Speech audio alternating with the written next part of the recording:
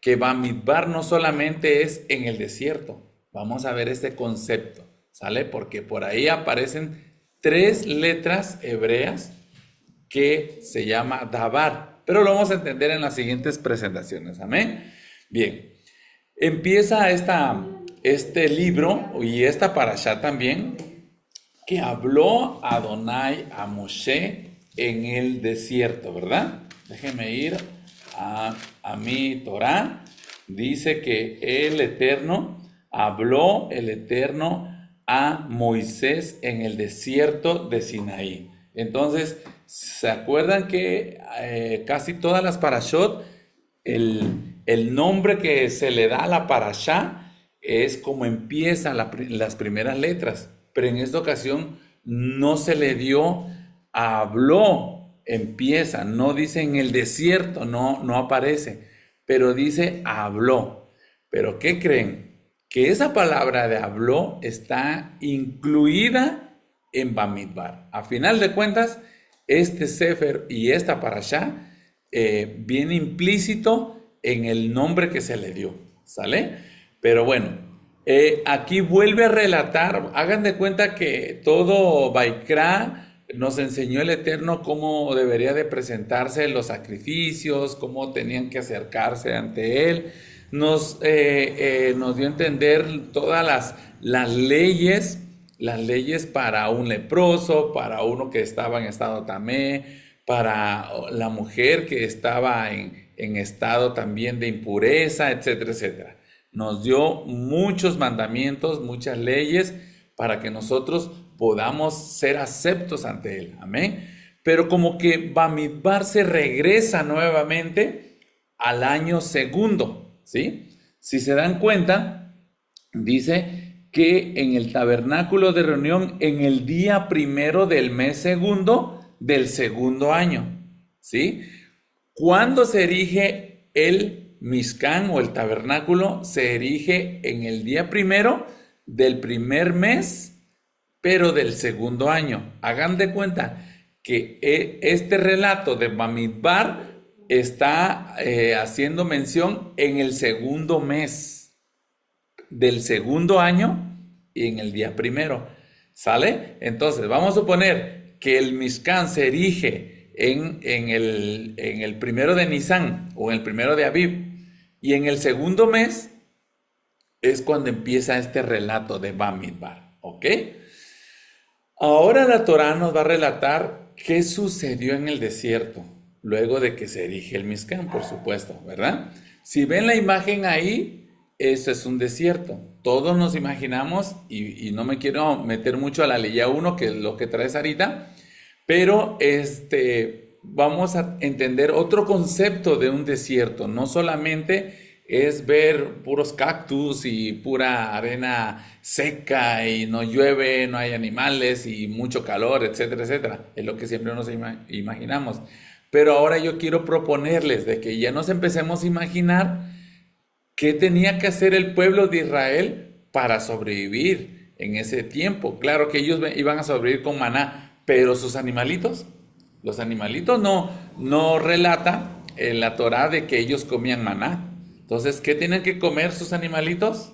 Y sobre todo los kosher, pastito y agua solamente. Así es que Bamidbar tiene otro concepto ahora como que les voy a proponer, ¿sale? Ok. ¿Por qué le pusieron números? Porque esa palabrita de aritmi, por eso le pusieron números. Ellos pensaron cuando tradujeron en la Septuaginta, lo tradujeron del hebreo al griego, dijeron, este libro trae puros números, trae censos, y que por mandar 10 espías y estuvieron 40 días, estuvieron 40 años pensaron de que todo el libro de Bamidbar eran puros números, pero en realidad no. Si en un momento dado hubieran traducido correctamente del hebreo al griego, debieron de haberle puesto desierte. La palabra desierte es en griego, ¿sí? Y la traducción de desierte es el lugar en el que Dios habla, ¿sale? Pero no, le pusieron de la aritmética. La aritmética sabemos que es una rama de las matemáticas que estudia todas las operaciones elementales como adición, sustracción, multiplicación, división, etcétera. La suma, la resta, la multiplicación y la división. Pero en realidad eso no significa todo este libro de Bamidbar, ¿sí? Vamos a quitarnos ese concepto de números en nuestra mente y vamos a pensar siempre todo lo que nos va a relatar el Eterno en este Sefer como en el desierto. Cuando ellos estuvieron en el desierto, ¿qué es lo que pasó? ¿Sale? Entonces, vámonos quitando de nuestra mente decirle números a este libro. Le vamos a decir Bamidbar, como dice esta presentación. ¿Sale? En el hebreo, si nos vamos al Strong, va a aparecer con el Strong 4057 y significa Midbar. ¿Sale? Midbar, y aquí dice su derivación del 1696, que ahorita también lo vamos a ver. Pero miren lo que dice aquí: pasto, potrero, campo abierto a donde se arrea el ganado, desierto también habla, y bueno, dice sus órganos. Ok, ¿qué nos está diciendo el concepto hebreo? ¿Sí? Que el concepto hebreo no es así una tierra árida. No, el concepto hebreo es que es sí es un desierto porque hay poca vida, pero sí hay pasto, sí hay árboles, sí hay cuevas, sí hay todo. De hecho, toda la Torá nos relata cuando estuvieron en el monte. Al decir monte quiere decir que había vegetación, ¿sí?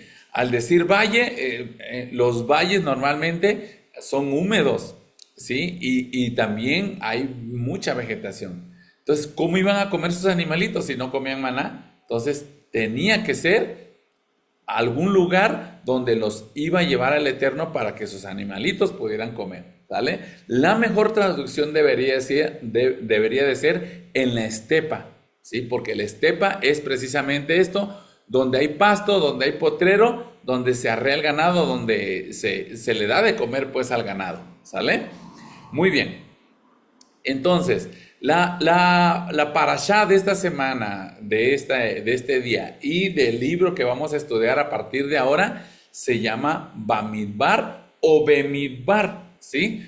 Lo mejor es decirle Bamidbar, porque en el desierto, esto es una palabra que está compuesta, por eso no es una sola, ¿sí? Siempre es como separado, Midbar. Y Midbar, eso es lo que significa en el desierto o estepa, ¿sale? Ok, pero si se dan cuenta, Bamidbar tiene las mismas letras que estas tres letritas, la Resh, la Bet y es la Dalet, la Bet y la Resh. Lo vamos a encontrar, se lo voy a regresar tantito. También aquí, miren, la Resh, la Dalet, perdón, la Bet y la Resh. O sea, tiene las mismas letras hebreas, ¿sí? ¿Qué significa esas letras hebreas? Significa Dabar. Y Dabar, muchos ya sabemos que significa el hablar o las palabras del Eterno, ¿sale? Entonces, ¿qué es lo mejor traducido para Bamidbar? Son las palabras que el Eterno va a hablar en el desierto. Esa es la traducción de este libro. Todo lo que va a hablar el Eterno en el desierto, o más bien todo lo que sucedió con el pueblo de Israel en el desierto, en la estepa, en todo ese proceso, ¿sí? Cuando ellos salen de la tierra de Egipto, el Eterno los lleva a este lugar, a este Midbar, a este desierto, a esta estepa, ¿sí? Con el fin de rodear a los filisteos para que no fueran a enfrentarse en días a un ejército que ellos venían mermados, cansados, trabajados y todo. Entonces no podían enfrentar ellos a un ejército. Por eso el Eterno los lleva al Midbar, al desierto, a la estepa, ¿sale? Miren, y aquí está lo que yo les decía, ¿sí? Vaidabar, así es como comienza el libro de Bamidbar. Y habló, ¿sí? Y Bamidbar, desierto. Entonces, tienen mucha relación, como comienza el libro, como comienza esta parashá, cómo se llama completamente este Sefer en el desierto.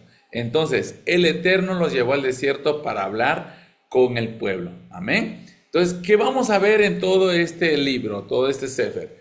Vamos a ver cómo ellos en todo este tiempo en el desierto van a andar para arriba y para abajo porque se vuelven a regresar y luego vuelven a regresar. En esos 40 años anduvieron, ahora sí, errantes, como dicen por ahí la frasecita de judíos errantes, ¿verdad? Así estuvieron. Ellos desarmaban y armaban el Mizcán, andaban. Vamos a ver cómo el Eterno les manda el maná, se enfadan y ellos quieren comer carne. El Eterno les manda codornices hasta las narices. Moshe envía a los espías, siendo que el Eterno no les daba la orden para que envíe esos espías. Sí lo acepta. Envíalos, Moshe, envíalos, está bien, ¿sí? Pero vas a entender una enseñanza, ¿sí? También vamos a ver la revelación de Coré, ¿sí? Vamos a ver el mandamiento de la vaca roja, cómo Yeshua lo cumple el mandamiento de la vaca roja. Vamos a ver también hasta que una burra habla, lo vamos a ver también. Vamos a ver cómo este Balaam o Bilam en hebreo da el consejo más atroz para el pueblo de Israel, ¿sí? También vamos a ver cómo Pinjas o Fineas atraviesa a ese israelita que estaba haciendo ese acto sexual enfrente del tabernáculo con la madianita, ¿sí? Y por último vamos a ver todas las travesías, todo el tiempo de dónde a dónde acamparon y luego cuántos días estuvieron, etcétera, etcétera. Vamos a ver todas las travesías que tuvo el pueblo de Israel para llegar a la tierra prometida. Así es, para no alargarme, terminamos con esta introducción, ¿sí? Para invitarlos a estudiar todo este libro de Bamidbar, que está lleno de viajes y relatos de la Torá, muchas enseñanzas, cosas impresionantes que vamos a ver, cómo el Eterno demuestra su poder y su amor al pueblo de Israel en este libro. Amén. Empezamos con el versículo número 1 que dice: Hashem habló a Moshe en el desierto de Sinaí. Y mi papá ya les dio un pequeño spoiler, pero yo antes creía que cuando hablaba un desierto me imaginaba algo así. Sí, todo. Si quieres hacer grande para que lo vean ahorita. Okay. Cuando yo me imaginaba un desierto, o cuando mencionaba un desierto, yo me imaginaba algo así, todo árido, seco, nada de plantas.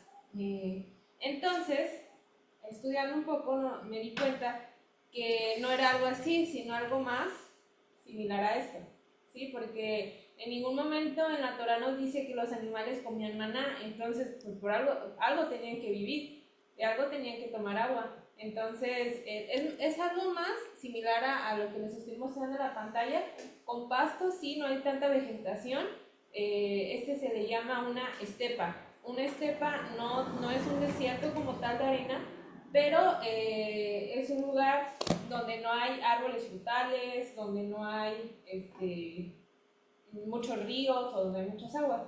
En este tipo de estepas se suelen encontrar este tipo de cuevas, ¿sí? Este tipo de cuevas les voy a explicar un poquito. Como también había pastores cuando estaban cuando salieron de Egipto, cuando estaban en la estepa, en vez de decirle desierto, cuando estaban en la estepa, los pastores tenían que vaya a pastar las ovejas, ¿sí? Las tenían que llevar a comer. Entonces, si les agarraba la noche, tenían que resguardarse en este tipo de cuevas. ¿Qué hacían? A los animalitos los llevaban dentro y el pastor quedaba en la entrada, ¿sí? Entonces, ¿qué hacía? El pastor se volvía a la puerta de la cueva. Si un animal quería entrar a comerse las ovejitas o si alguien quería robar las ovejitas, se encontraba que en la puerta estaba el pastor. De ahí viene la expresión "yo soy la puerta", como está escrito en Juan 10:18, ¿sí? que dicen, en verdad os digo, el que no entra por la puerta en el redil de las ovejas, sino que sube por otra parte, ese es ladrón y salteador. Pero el que entra por la puerta es el pastor de las ovejas. Las ovejas, como ya hemos estudiado, ellos reconocen al pastor. Ellos reconocen al pastor. Entonces, nos vamos a esta diapositiva. Okay, dice, un pastor es la puerta de sus ovejas. Si alguien desea pastar una oveja que no es de su cuidado, tendrá que pasar por la puerta que es el pastor. Si no tiene el visto bueno del pastor para ayudarle en su tarea, no tendrá el derecho de meterse con sus ovejas. Aquí nos enseña que Yeshua es el pastor de las ovejas de Israel, como está escrito en Ezequiel 34:23. Entonces pondré sobre ellas un solo pastor que las apacentará, mi siervo David, él las apacentará y será el pastor. Yeshua es la puerta de las ovejas. El que no pasa por Yeshua no tiene derecho a dirigir a las ovejas que el Padre ha dado, ¿sí?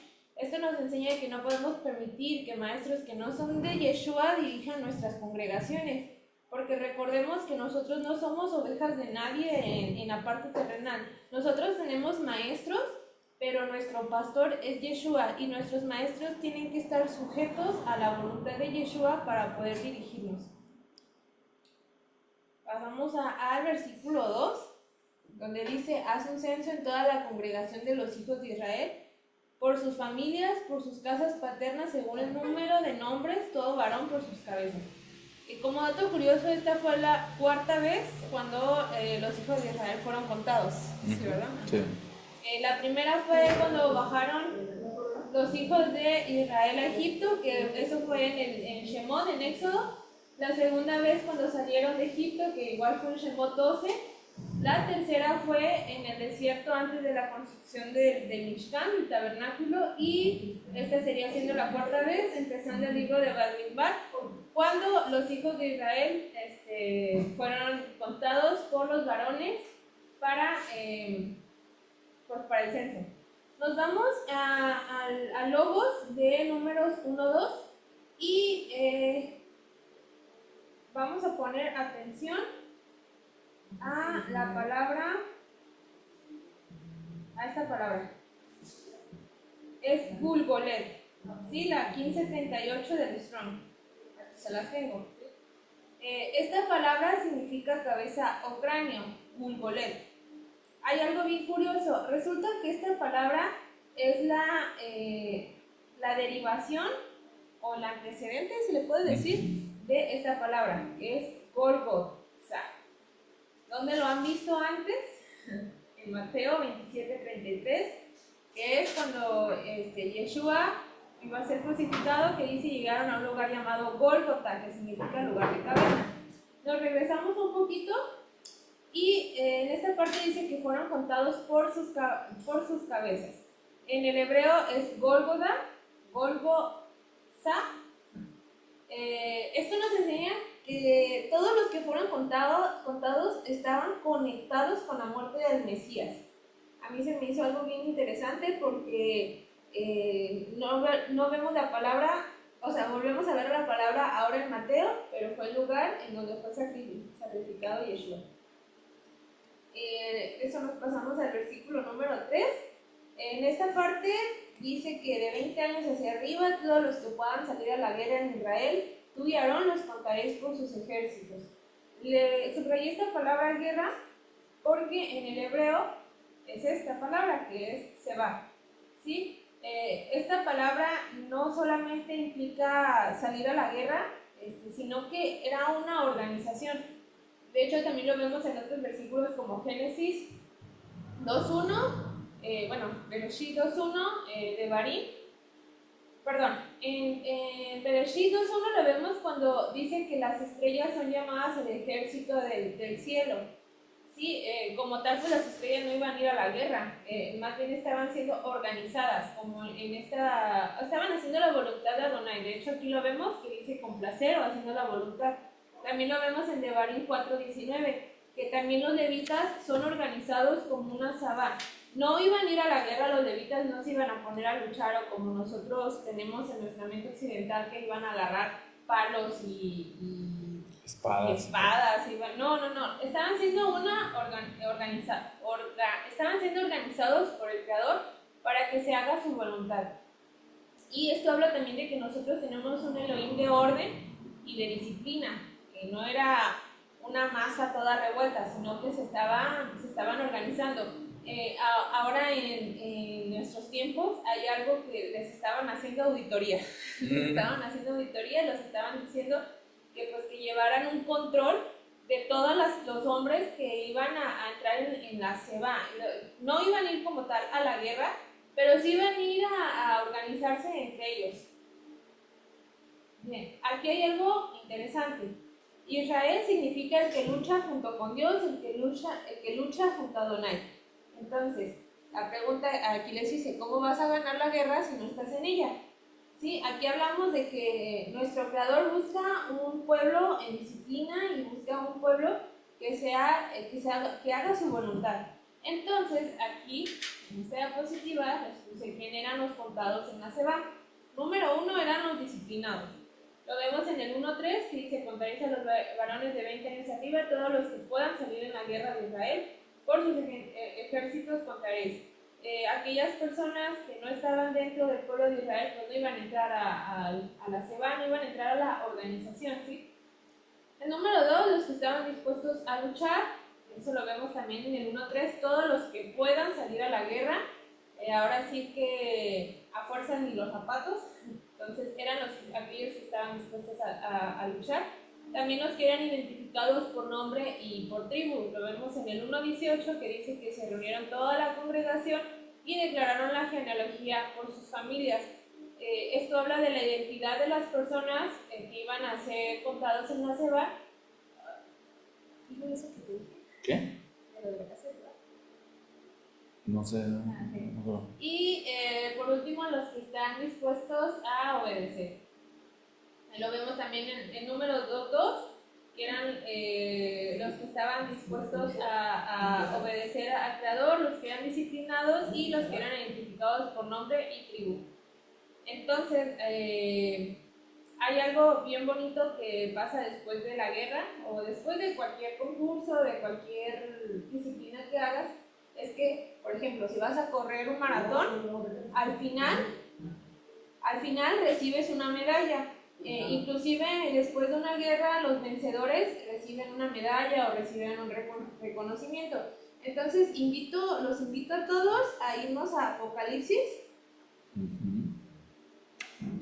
Apocalipsis 2 o a...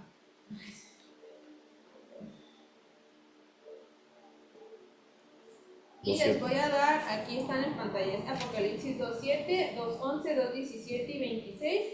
Y Apocalipsis 3, 11, 17, 26 y luego 3.5, Apocalipsis 3.5. Ajá, 2.7. ¿Lo leemos ahorita? A ver, 2.7, sí. ¿Lo veo? Sí. Ok. Apocalipsis 2.7. El que tiene oído, oiga lo que el Espíritu dice a las iglesias. Al que venciere, le daré a comer del árbol de la vida, el cual está en medio del paraíso de Dios. Amén. Aquí vemos al que venciere, aquellos que hayan ido a la guerra, aquellos que hayan pasado por la Seba. Entonces, hice una lista, igual si ustedes quieren ir a anotar con los textos, yo se los voy leyendo. El primero es, yo le daré derecho de comer al árbol de la vida. Este es el número 1. Nos vamos al 2.11. Dice, aquellos que tienen oídos, oigan lo que el Ruach les está diciendo a las asambleas mesiánicas. Aquel que prevalezca o aquel que venza no sufrirá daño en lo más absoluto de la segunda muerte. Es decir, no vamos a sufrir daño en la segunda muerte. Nos vamos al 2.17. Los que tienen oídos, oigan lo que el Ruach está diciendo en las asambleas mesiánicas. Aquel que prevalezca, le daré del maná escondido, también le dará una piedra blanca que está escrita un nuevo nombre que nadie conoce excepto la que la reciba. Es decir, nos van a dar maná escondido y nos van a dar un nombre nuevo. En el 2.26 dice, aquel que prevalezca y haga mis obras hasta que la meta esté cumplida, le daré autoridad sobre las naciones. La regirá con vara de hierro y los desmenuzará en pedazos como alfarería. Nos vamos a ir al 3.5, igual aquí les hice el resumen, si los quieren ir subrayando, que son las recompensas a los vencedores. En el 3.5 dice: el que prevalezca como ellos será vestido de ropa blanca, y no borraré su nombre del libro de la vida. De hecho, yo lo reconoceré delante de mi Padre y delante de sus malachim. En el 3.12, yo haré el que prevalezca columna del templo de mi Elohim y nunca lo abandonará. También escribiré en él el nombre de Adonai y el nombre de la ciudad de Adonai, la Jerusalén de lo alto, la cual desciende desde dentro del cielo de Adonai, y mi nombre propio. Y por último está en el 3.21, que es: yo permitiré el que prevalezca se siente conmigo en mi trono, así como yo he prevalecido y me he sentado en mi Padre en su trono. Aquí voy a hacer énfasis que dice: yo he prevalecido y me he sentado con mi Padre en el trono. Vamos a regresar un poquito al de Gólgota, que Yeshua murió como un guerrero espiritual y él venció el pecado y la muerte en la cruz.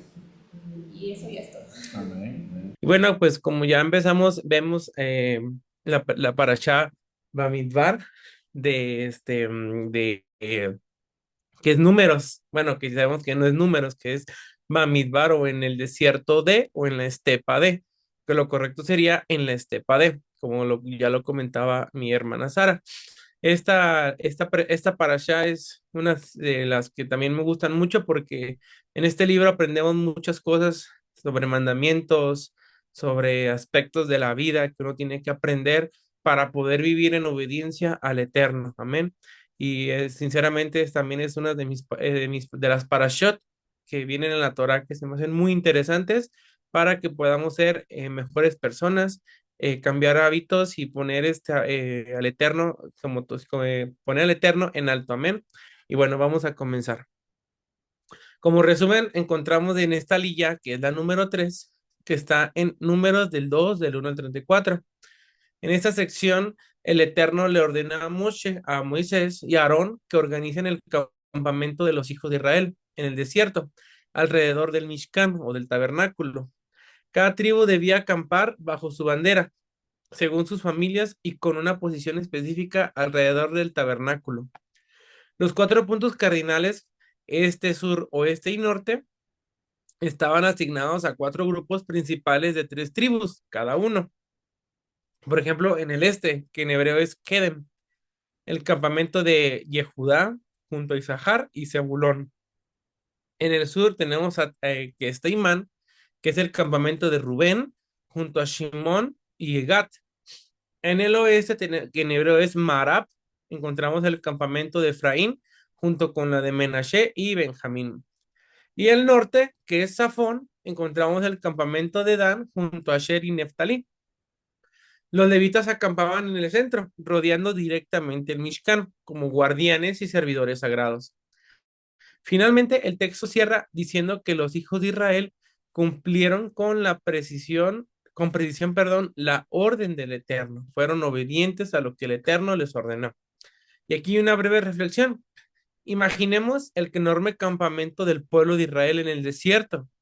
Más de 600,000 personas, imagínense, organizadas perfectamente alrededor del Mishkan, el lugar donde la presencia de Dios moraba. Cada tribu tenía su lugar exacto, su bandera, sus colores y su símbolo. Esta es una pregunta: ¿podían todos estar en el centro? Por supuesto que no, pero cada uno tenía un papel esencial y todos compartían una misma meta: servir al Eterno y cuidar la santidad en medio del campamento. El gran secreto está en esto: aunque eran distintos, estaban unidos por un propósito mayor. Amén. Es una reflexión que tenemos que ahorita captar en esta parte de esta liga. Hay algunos comentarios de sabios y rabinos. Por ejemplo, Rashi o Rabbi Shlomo Yitzhak. Rashi explica que las tribus acampaban según las banderas, lo cual no solo ayudaba a la organización, sino que también expresaba su identidad espiritual. Cada tribu tenía un estandarte con, con un color y símbolo que reflejaba su esencia y misión. Esto promovía unidad en la diversidad. Rambam también nos ve en esta disposición un eco del orden celestial. Así como los ángeles rodean el trono del Eterno, Israel rodea el Mishkan, que simboliza la presencia divina en la tierra. Esto enseña que nuestras vidas deben girar en torno a lo espiritual. Sforno destaca que la división en campamentos ayudaba no solo al orden logístico, sino también a evitar conflictos. Cada uno sabía su lugar y su propósito, fomentando esa armonía y respeto mutuo, entre las tribus. Aquí se ve esta organización muy interesante. Vemos también el Midrash de Bamidbar en Rabá 2:9. Este Midrash, o comentario en español, enseña que las banderas y la formación era un honor para el pueblo, comparándolos con ángeles. Esto resalta el nivel espiritual que alcanzaron, dignos de reflejar el orden celestial. Amén. Y algunas aplicaciones prácticas en la vida diaria, personal y familiar. Número 1, tenemos orden y estructura, ya que traen paz, así como el campamento estaba organizado, nuestros hogares y vidas necesitan orden, establecer rutinas, roles claros y valores compartidos. Ayuda a mantener el shalom y la dirección en la familia. Número 2, cada persona tiene su lugar único. Cada tribu tenía su ubicación específica. Esto enseña que todos tienen un rol especial, incluso si no es el más visible. Aprendemos a valorar nuestro hogar, en la familia, nuestra comunidad y nuestro trabajo.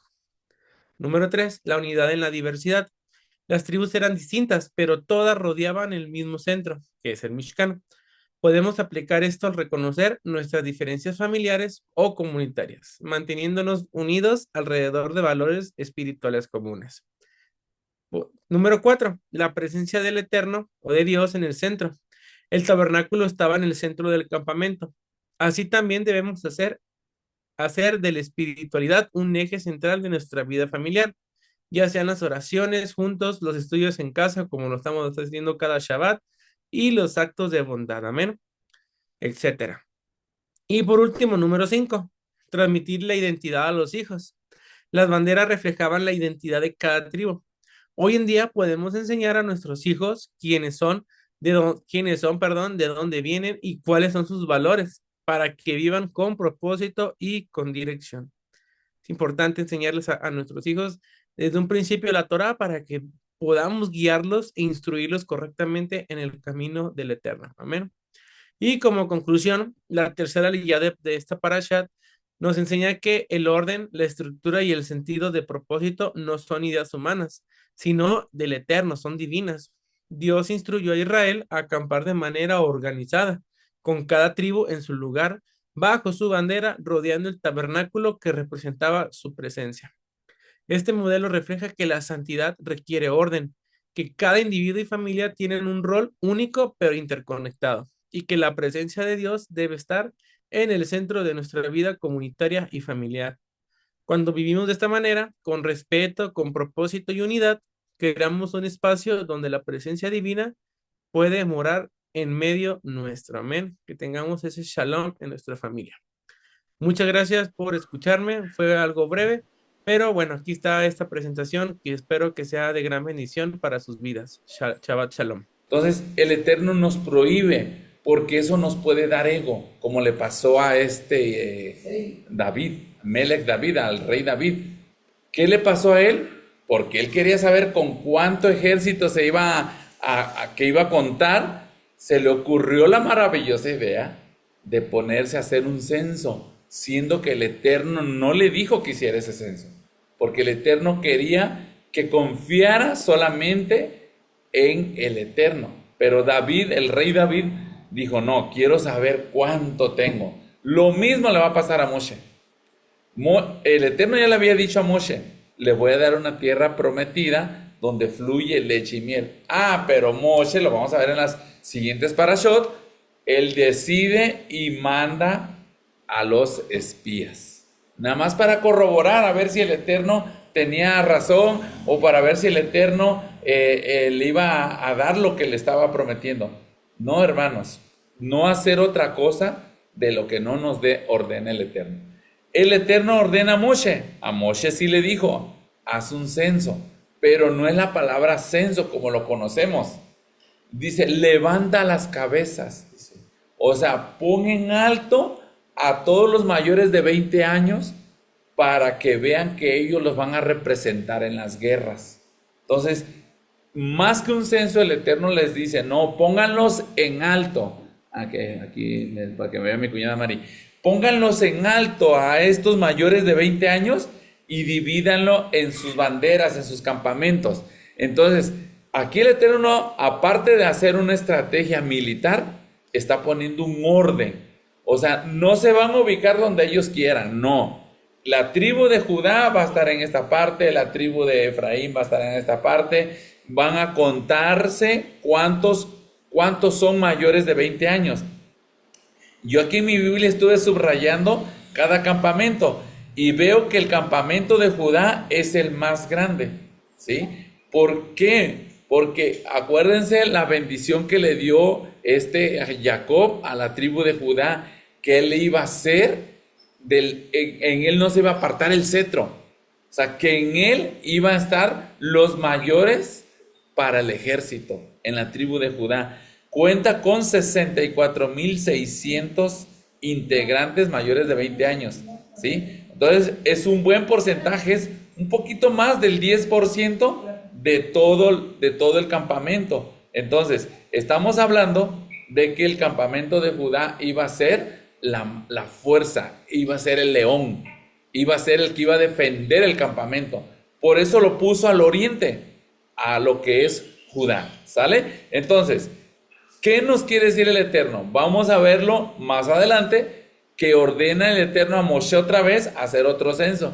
Y vamos a comparar cuántos disminuyeron, cuántos aumentaron, pero no me quiero adelantar mucho, ¿sale? Pero pongan un ojo, mucho ojo, en la tribu de Judá y en la tribu de de Efraín, ¿sí? Pongan mucha atención cuántos son ahorita. 64,600 para Judá y para Efraín, aquí tenía yo el dato, son 40,500, ¿sale? Vamos a ver en el próximo censo si aumentaron o disminuyeron. Y vamos a ver en qué consistían los deberes de los levitas y cuál fue el censo que se realizó. Adelante. La primera diapositiva. Bueno, recordemos que Nadab y Abiú murieron cuando ofrecieron fuego extraño delante de Yahvé en el desierto de Sinaí. Yo no les voy a dar en sí una numeralia sobre la cantidad de personas que había en cada tribu o cada clan, no, simplemente lo voy a comentar al final, cuántos fueron los levitas, y nada más voy a dar a conocer las funciones que tenían los sacerdotes, los deberes y qué consistió el censo. Ok. Bueno, pues recordemos, yo quise hacer una pequeñita introducción y recordemos que Nadab y Abiú murieron delante de Yahvé cuando les hicieron fuego extraño delante de Yahvé en el desierto de Sinaí. Recordemos que ya lo vimos en una clase anterior que ellos pecaron porque introdujeron fuego extraño. Y dice aquí, he aquí yo he tomado a los levitas entre los hijos de Israel en lugar de todos los primogénitos. Los primeros nacidos entre los hijos de Israel serán pues míos los levitas, Eleazar e Itamar. Y bueno, acordémonos también que los primogénitos son para Yahvé de los ejércitos. Él es el que dice, míos son los primogénitos, ya sea en varones o ya sea en animales. Recordemos que él siempre dice que tiene para sí lo que son los primogénitos. Y entonces, a partir de esto, como ya no estaban los hijos de Aarón, que eran Nadab y Abiú, entonces esa función pasó a los hijos de Aarón, que eran Itamar y Eleazar. Entonces, a ellos se les dio el privilegio de ejercer el sacerdocio delante de Aarón, su padre. Ok, la siguiente, por favor. Ahí está. Bueno, vamos a ver qué deberes y que tenían los levitas. Acuérdense que los levitas eran una tribu que fue escogida para la alabanza, ¿sí? Eran los únicos que podían entrar al lugar santísimo. cada año. Ya lo hemos visto también en las clases anteriores. Nadie más podía entrar, nada más que un sacerdote que fuera de la tribu de los levitas, ¿sí? Ok, ¿y qué hacen ellos? Bueno, entonces Yahvé habló a Moisés diciendo, haz que se acerque la tribu de Leví y hazla estar delante del sacerdote Aarón para que le sirvan y desempeñen el encargo de él. Y ellos, acuérdense que primero el deber tenían que estar adelante o frente a la congregación en el tabernáculo de reunión para servir en el ministerio del tabernáculo. Ellos eran los invitados para estar en el tabernáculo. Nadie más podía entrar. Nadie más podía entrar en el tabernáculo sino solamente ellos, y ellos tenían que estar al frente de toda la congregación, ¿sí? Ok, esa es el primer deber que ellos tenían en ese momento. Fíjense, ok, también yo me fijé en la Biblia que las tribus tenían deberes. Los voy a mencionar y luego lo voy a leer, también tenían el deber de guardar todos los utensilios del tabernáculo de reunión y todo lo encargado ellos por los hijos de Israel, y que ministraran el servicio del tabernáculo, ¿sí? que eran los hijos de Aarón. También estaban ellos para ejercer, obviamente, el sacerdocio, ¿sí? Ok. Sigue la que sigue. Les voy a leer una parte de la Biblia en donde a mí me llamó la atención lo que hacía cada tribu. Estoy en Números 3:25. A cargo de los hijos de Gerson, en el tabernáculo de reunión estará el tabernáculo, la tienda de cubierta, la cortina de la puerta del tabernáculo de reunión. A ellos estaban, las familias de Gerson, de los levitas, estaban ellos encargados de tener la tienda, su cubierta, el tabernáculo, las cortinas en buena disposición para los eventos que tenían que tener. Ok, también leí que de la familia del linaje de Coat, sí, a cargo de estará el arca, la mesa, el candelero, los altares, y todas las funciones que tenían que tener. Estoy en Números 3:31. Estarán a su cargo el arca, la mesa, el candelero, los altares, los utensilios del santuario con que ministran y el velo con todo su servicio. Ellos también tenían a su cargo ese tipo de tarea. También había Moisés en el desierto diciendo: cuenta a los hijos de Leví según las casas de sus padres por sus familias. Contarás todos los varones de un mes arriba, y Moisés los contó conforme a la palabra que Yahvé le fue mandado. Entonces aquí el censo pues fue una orden de Yahvé de los ejércitos, ¿sí?, dada a los hijos de Leví, en donde tenían que iniciar con las casas, ¿sí?, con sus familias, para contar cuántos varones había en el pueblo de Israel. ¿Puedes hablar, por favor? Ok, seguimos. El Señor dijo a Moisés en el desierto de Sinaí: haz un censo de los levitas por clanes y por familias patriarcales, tomando en cuenta todo varón mayor de un mes. Ahí está, no entendí, no te me explicas. Moisés llevó a cabo el censo tal como el Señor mismo se lo había ordenado. Ok, entonces aquí tomamos en cuenta que era por clanes, por tribus, por familias patriarcales, tomando en cuenta a todo varón. ¿De acuerdo? Ok, adelante. Y en la última. Okay. Los contados de ellos, conforme a la cuenta de todos los varones de un mes arriba, las cantidades fueron variables de acuerdo a la tribu o clan. Ok, voy a leer una porción de números que está en 3:39. Y dice: todos los contados los levitas que Moisés y Aarón, conforme a la palabra de Yahvé, contaron por su familia, todos los varones de un mes arriba, fueron 22,000. De la tribu de Leví, ¿verdad, Carlos? Sí, así es, 22,000. Nada más, fíjense, nada más de la tribu de Leví fueron 22,000. Pero había más tribus, ¿sí? Estaban los de Gerson, estaban los de Coat, estaban o sea, había más familias, según los que yo vi aquí, ¿sí? Todavía se contaban más varones aparte de la tribu de Leví, que fueron al final 22,000, sin nada más ellos.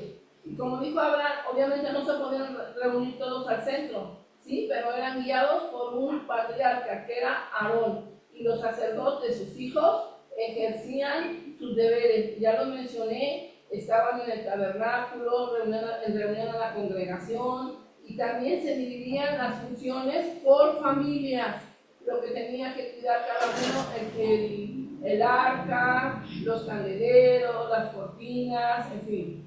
No sé, aquí termino y gracias. ¿Alguna pregunta? Bueno, la pregunta que hizo Marta, ¿por qué de un mes en adelante? Ok, recordemos, hermanos, familia, déjenme prender mi cámara, recordemos que los levitas iban a hacer la función de los primogénitos. Por eso era importante contar a los levitas por aparte, ¿eh? Estos no iban a ir a la guerra, estos eran los que iban a estar en el servicio para el tabernáculo, para el Mizcán, en el desarme y arme del Mizcán, para cargar los utensilios sagrados. Entonces, solamente los levitas iban a hacer esta función. Entonces, era importante contarlos también, porque vamos a verlo en la lilla más adelante, en la lilla número 6. Esta es la 4, hasta la 6 vamos a ver el rescate de los primogénitos. ¿Qué es el rescate de los primogénitos? Es saber cuántos levitas están al servicio del Eterno que deberían de hacer los primogénitos. Entonces ahí vamos a ver una comparativa. Por eso era importante contarlo también a los levitas, aunque no iban a ir a la guerra, porque este conteo que estábamos viendo desde la lilla 1 hasta la 3, estábamos viendo de los que iban a salir a la guerra, como bien nos lo explicó Sarita. Seba, a los que iban a ir a la Seba. Sebaot es el Adonai de los ejércitos, recuerdan, ¿verdad? Pero Seba es a los que iban a ir a la guerra. Pero los levitas no iban a ir a la guerra. O sea, sí iban a ir, pero ellos no iban a luchar, no iban a agarrar espadas, no iban a agarrar ahí piedras, palos, machetes, etcétera. No, ellos iban a hacer una función bien importante, ¿sí? Cargar con los elementos sagrados. Entonces, por eso el Eterno dice, cuéntenme a partir de un mes para arriba cuántos levitas, incluyendo a la tribu de Gersón, a la tribu de Coat y a la tribu de Merari. Es que estos tres eran los hijos de Leví, por eso se le llaman levitas. Pero solamente Aarón, también es levita, yo lo sé, pero Aarón y sus hijos se iban a encargar de todos los elementos y utensilios del Mishkan, ¿sale? Entonces, ¿qué quiere decir esto? Para que pueda redimirse los primogénitos de los levitas, era importante contarlos a partir de un mes en adelante, ¿sale? Ok. ¿Alguna otra duda, pregunta? Si no, para continuar con la lilla número 5. ¿Todo bien? Vamos con la lilla número 5. ¿Cómo? ¿Quién le tocó, Caleb? A mí. Muy bien, Caleb, excelente. ¿Tú lo presentas o quieres que te lo presente? Yo lo presento. Muy bien, adelante, Caleb. Vamos para allá. ¿Ya lo pueden ver, disculpen? Aún no. Ah, ya está, Caleb. Ahí está. Ahí está, poniéndose ya. Adelante.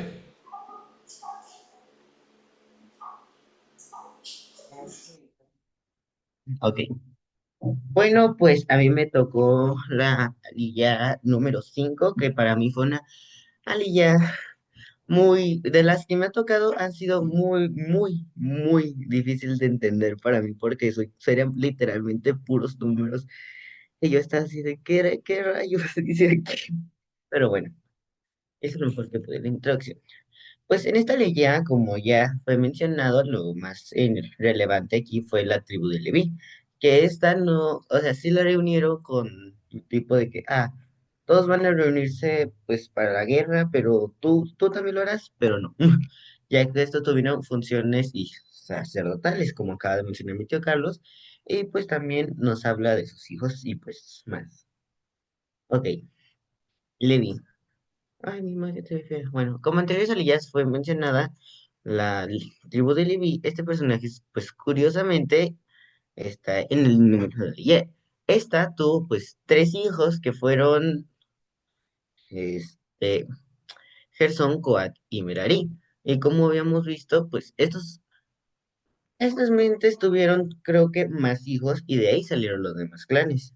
Estos creo que estos no logré encontrar un significado para los nombres de estos mismos, pero algo que me encontré es cuando estaba buscando su definición, me encontré con una palabra interesante que es ISR, que significa que pues ha sido mencionada, o creo que es que se ha sido mencionada en más veces en la Torá. Entonces, esto puede asimilarse al, como ya habíamos visto antes, a un tipo de regla de dos, que es de que más importancia en estos mismos, ya que no es de que una sola vez. Y además también recordemos que números, como yo lo estoy entendiendo más o menos, es como que sí, son de aquí para acá, de que explicar acá desde futuro, pero también estamos viendo como cositas que pasaron antes, como detalles de que, se me olvidó mencionar esto, como había mencionado Sari, que yo no me había puesto a pensar que los demás números, en los demás libros, no era completamente cierto, sino que era como un pastito, o sea, gracias pues a este libro y pues a Sari, muchas gracias, podemos ver estas cosas. Y pues los hijos de estos mismos de Gersón son Libni, Simi, Amran, Isahar, Hebrón, Uziel, estos son de Goat, y de Merari, que son Mahli y Musi. Pues tuvieron estos mismos hijos y como habíamos mencionado, estos se habían pues evidentemente se reproducieron al punto de crear varios clanes, que estos, como pues ya mencioné al principio de esto mismo, no tenían funciones de ir a la guerra, sino más bien de sacerdotales. ¿A qué me refiero? De que ellos en vez de agarrar una espada, agarraban un incienso. En vez de, no sé, resguardar tesoros, bueno, sí, guardaban un tesoro que es la palabra del Señor, de Adonai, de Adonai. Y pues hay dos cosas que pues hay que poner atención. Para mí fue de gran atención, que es pues algo así como tipo de hombres juntos. Como ya sabemos, se estaban preparando fuerzas militares en cada tribu y pues como ya antes había mencionado, en la tribu de Leví se reunieron dos, ay, 2000, no, bueno, esa cifra, no me acuerdo cómo se mencionaba. Y pues, esto yo cuando lo leía por la primera vez, yo pensé, pues sí, ¿no? Pues por la guerra. Y después estos les tocaba acampar fuera de la carpa del tabernáculo, en la parte del frente podían, y otra cosa interesante que yo vi fue que después de eso decía, y todo extraño que se acerque a la, este, carpa del tabernáculo podía morir, siempre y cuando sean extraños. Y esto es se me hizo curioso porque yo dije, pues, si los de la tribu de Levi ya están conocidos de que pues ellos se encargan de eso, ¿cómo pueden morirse por hacer su trabajo prácticamente? Pero esto, si se ponen a pensar, no se refiere a eso, sino se refiere a, pues, por así decirlo, espías, pero no como infiltrados, ¿no? Más o menos, ya que una persona fácilmente puede fingir otras cosas, como por ejemplo, alguien puede decir, no, yo tengo, todavía le hablo. Tengo un amigo que cuando le empecé a hablar de la Torah, él decía, no, yo llevo años así. Y pues hacía pláticas así, y un día le pregunté cosas de que, ¿y tú qué haces? Y, no, yo festejo esto. Yo le dije, ¿qué vas a hacer? ¿Qué vas a hacer?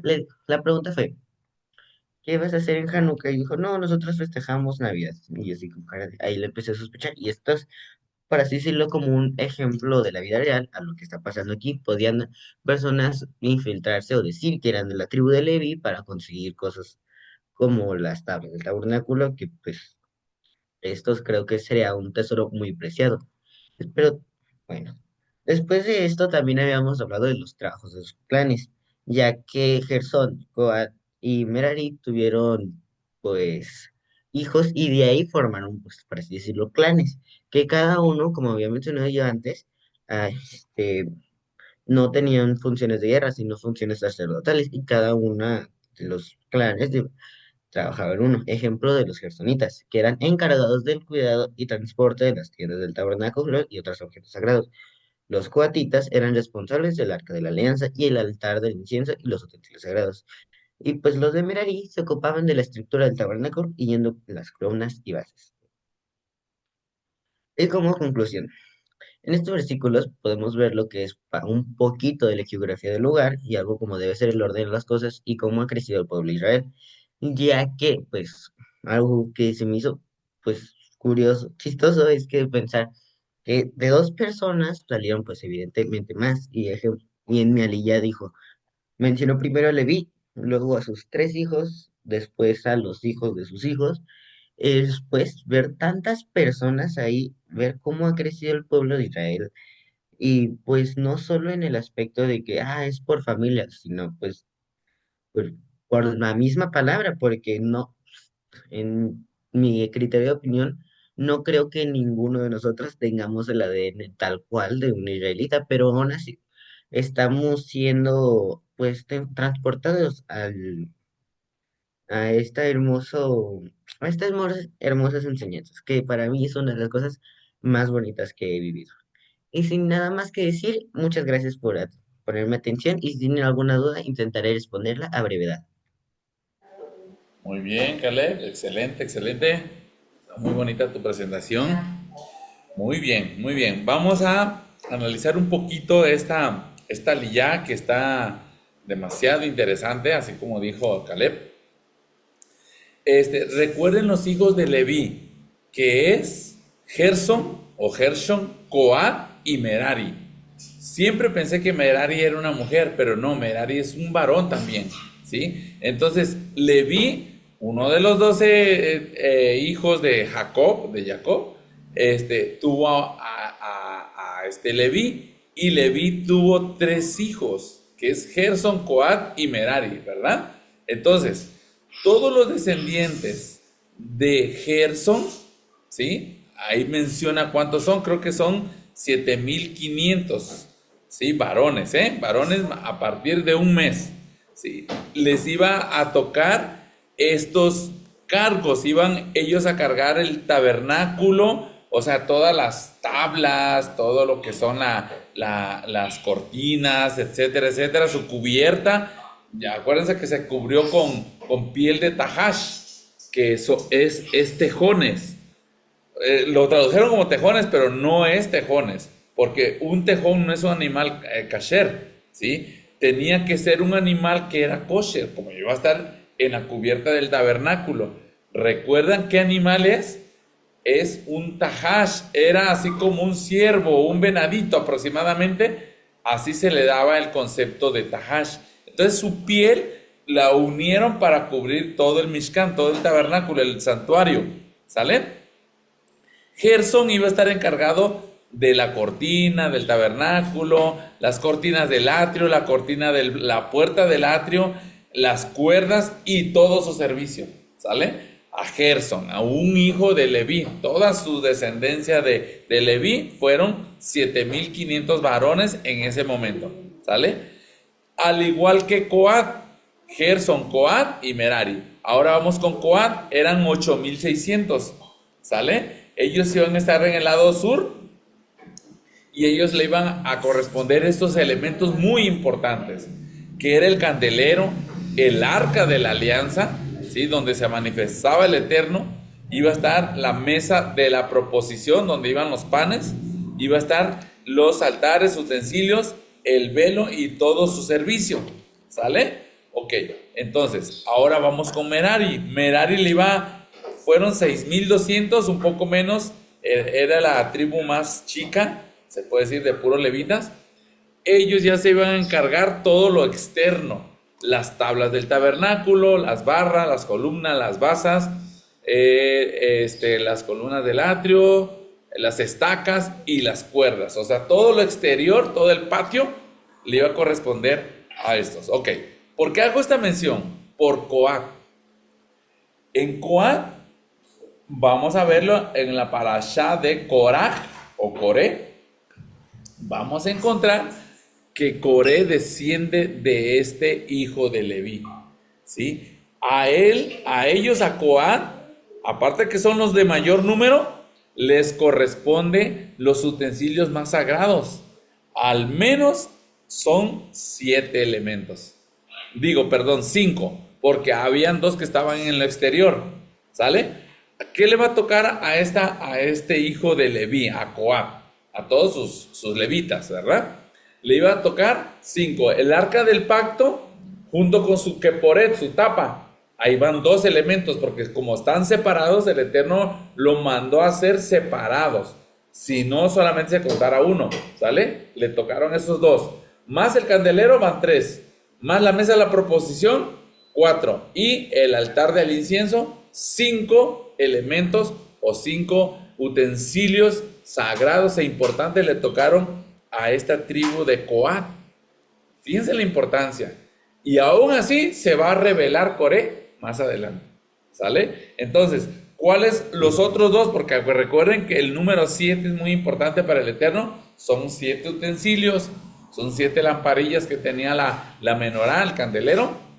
Entonces, los otros 2 le iban a corresponder a esta tribu de Merari, ¿sí? A ellos se iban a encargar de cargarlos, de desarmarlo y trasladarlo al otro campamento, al otro lado donde se iban a acampar, ¿sale? Entonces, ¿por qué el Eterno nos está diciendo cuántos son, qué se iban a encargar y dónde iban a acampar? Todo era una organización de guerra, hermanos. Todo era una organización. ¿Por qué nunca los pudieron atacar donde estaban ellos acampados? Porque estaban súper organizados. Sí los atacaron cuando iban en camino, ¿sí? Pero cuando ellos estaban establecidos, era imposible que cualquier ejército podría penetrar el campamento de Israel. Por la estrategia que el Eterno le mandó a Moisés cómo organizarlos. Todo estaba, si se dan cuenta yo estaba viendo una enseñanza de otra persona, de un rabino, o sea, lo representó así como de arriba hacia abajo y se veía cómo era un fuerte, o sea, no podía penetrarlo nadie por cómo estaban todos ubicados y cuántos miles de israelitas estaban a la custodia del tabernáculo, del santuario. Era impresionante la fortaleza que armaron el pueblo de Israel con esta estrategia que hizo el Eterno. Y la manera como estos hijos de Leví estaban dentro de todo el campamento, custodiando el santuario, custodiando todo el Mishkan. Era súper impenetrable. Nadie lo podía penetrar ese campamento mientras ellos estaban establecidos. Sí los atacaron cuando ellos iban caminando, ¿verdad? Pero el Eterno era el que hizo esta estrategia de guerra. Amén. Bueno, para ya no quitarle más tiempo a la aliyá número 6, vamos a dejarle a mi hermano Shlomo para que nos comparta la aliyá número 6. Amén. Adelante, Shlomo. Amén, amén. Amén, aleluya.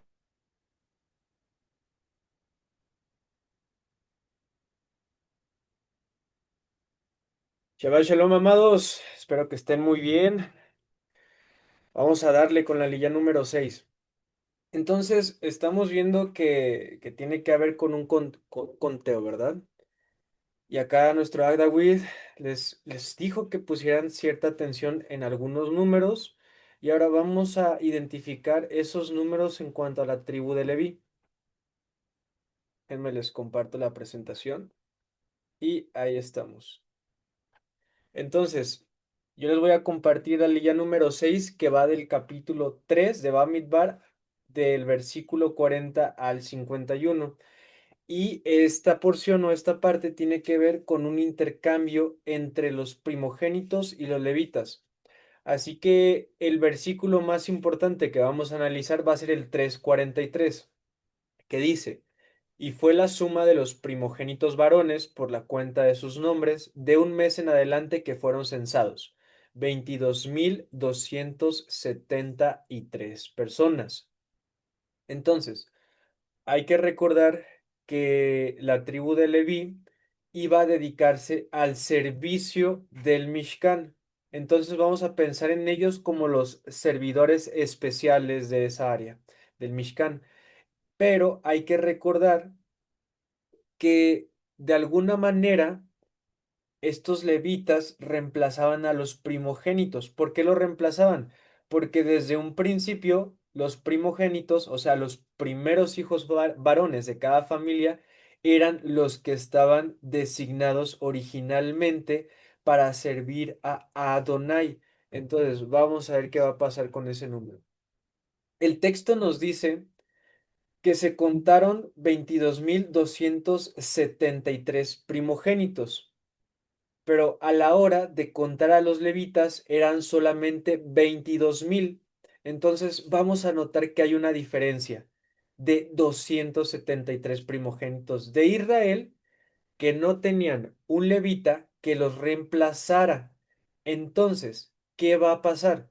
Esto nos está diciendo que hay más primogénitos que número de levitas disponibles para hacer el servicio o para hacer la función.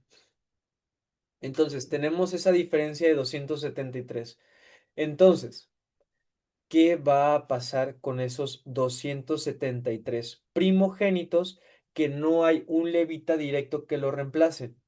Pues bueno, nos dice la palabra que se les va a pedir un rescate. ¿Qué va a ser ese rescate? Que cada uno de esos primogénitos, por cada uno de esos primogénitos, se tenían que pagar 5 shekels. Vamos a pensar en los shekels como la unidad o la moneda de esa época. ¿A quién se le pagaban esos shekels? Se le pagaban al Cohen Hagadol, que era Aarón, y a sus hijos. Ahora, hay que pensar que esto es como una cuota que tú pagas para ser liberado de esa responsabilidad. Entonces, esto es lo más interesante, que esto nos está diciendo que hay momentos en los que no se puede dar dinero, en los que se puede dar dinero en lugar de un servicio. Estos primogénitos estaban pagando los 5 shekels para hacer como ese rescate, para desligarse de ese servicio o de esa responsabilidad, porque no tenían un levita que los reemplazara directamente. Entonces, estos 273 primogénitos no podían servir físicamente en el Mishkan, pero podían sustituir su servicio con una contribución monetaria. Eso es que de manera práctica a veces podemos dar contribuciones, eso es apoyar de otras formas cuando no podemos hacer un servicio directamente. Aquí nos está diciendo la palabra que el dinero puede reemplazar un servicio en ciertas circunstancias basado en este intercambio. Ahora, ¿dónde vemos otro intercambio parecido en la Torá? Lo vemos aquí en Deuteronomio 14. En Deuteronomio 14, que es el versículo 24, les está diciendo Moshe a los hijos de Israel, si se te hace muy largo el viaje, porque no puedes cargar el diezmo, hay que acordarse que el diezmo pues tenía que ver principalmente con un animalito o con una ofrenda de minja, de granos, etcétera. Les está diciendo Moshe, Israelita, si tú vienes desde muy lejos y quieres ir a presentar tu diezmo al templo, al Mishkan, mira, para que no cargues, para que no estés cargando toda la ofrenda, todo ese camino bien largote, entonces no pasa nada. Dice el 25, valuarás lo que quieres llevar en dinero y portarás el dinero en tu mano. Irás hasta el sitio donde Elohim elegirá hacer morar su Kadosh nombre allí. Eso es que en el templo, en las afueras del templo, había personas, también israelitas, que ellos tenían al animalito o que ellos tenían esos granos o esos vinos o esos licores para vendérselos a este israelita que venía desde lejos, entonces ahí se hacía el cambio, que dice en el 26, y adquirirás con ese dinero todo lo que desees y le plazca a tu cuerpo, de carne vacuna u ovina, de vinos y licores y todo lo que se te antoje. Ahora, Esto es bien interesante porque hay que recordar que tenemos una de las enseñanzas de Yeshua, que es cuando él llega a Jerusalén, otra vez, él llega por primera vez a Jerusalén, entra para enseñar, ¿y qué es lo primero que hace? Él entra al templo, saca a los comerciantes y los echa afuera, y les dice que son pues unos ladrones, ¿verdad? ¿Por qué Yeshua les dice esto? Porque vamos a pensar que estos comerciantes eran o estaban siguiendo el principio que Moshe había dado, pero le estaban añadiendo, ¿cómo podríamos decirle? Le estaban añadiendo un porcentaje extra a ese intercambio, digamos. Entonces, cada vez que el israelita quería comprar algo, tenía que pagar más de lo que debería. Entonces, por así decirlo, cada comerciante iba sacando su moche o iba sacando un extra por cada intercambio. Eso es, cobraban más de lo que deberían. E incluso muchas veces no daban, digamos, este, un producto bueno, no daban, un animalito bueno, un vino, un licor. Entonces, eso es por el motivo, la razón por la que Yeshua echa fuera a estos comerciantes. Y por último, ¿qué nos está diciendo esto para aplicarlo en nuestra vida diaria? Primero que a veces, por diferentes cuestiones de tiempos, quizá no podamos hacer un servicio directamente, pero podemos contribuir de manera económica para poder hacerlo. Vemos otro principio de la distancia geográfica, como lo decía en Deuteronomio 14. Si estamos lejos de donde se necesita ayuda, nosotros podemos contribuir de manera monetaria. Y por último, la falta de habilidades específicas. Por ejemplo, cuando no tienes una habilidad necesaria para cumplir un servicio o una tarea, entonces puedes sustituir esa carencia con un apoyo económico. Es como lo decía nuestra hermana Mari hace rato, que también podemos contribuir en apoyo de esta pequeña congregación que se está formando, de este ministerio, en apoyar con las necesidades que puedan surgir. Entonces, piénselo así, a veces queremos ayudar en algo o cumplir con una responsabilidad, pero por diversos motivos no podemos hacerlo de forma directa.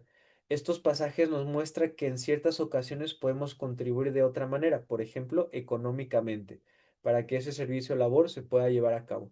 Es una forma de decir, no puedo estar ahí físicamente, pero quiero contribuir con la causa. Y con esto, amados, finaliza lo que refiere a la aliyá número 6.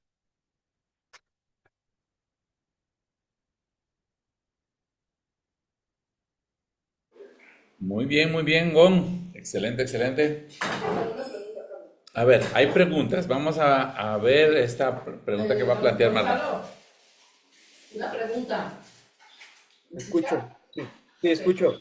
Es muy interesante lo que dijiste en relación a que si no podían llevar en especie al tabernáculo, tenían que darlo en dinero. ¿Es considerada una ofrenda? Es que ellos hacían el intercambio antes de llegar al Mishkan. O sea, antes de hacer el korbanot o la ofrenda, ellos hacían el intercambio. Entonces, hacían el intercambio con dinero antes de llegar al templo. Ya compraban ya lo que quisieran ofrecer, el corderito, lo que quisieran comprar para ellos, el vino o la carne, y ya hacían la ofrenda, ya llevaban el animalito al sacerdote, al Ok. Cohen. ¿Y qué tanto por ciento? Porque ahora es el 10%, ¿verdad?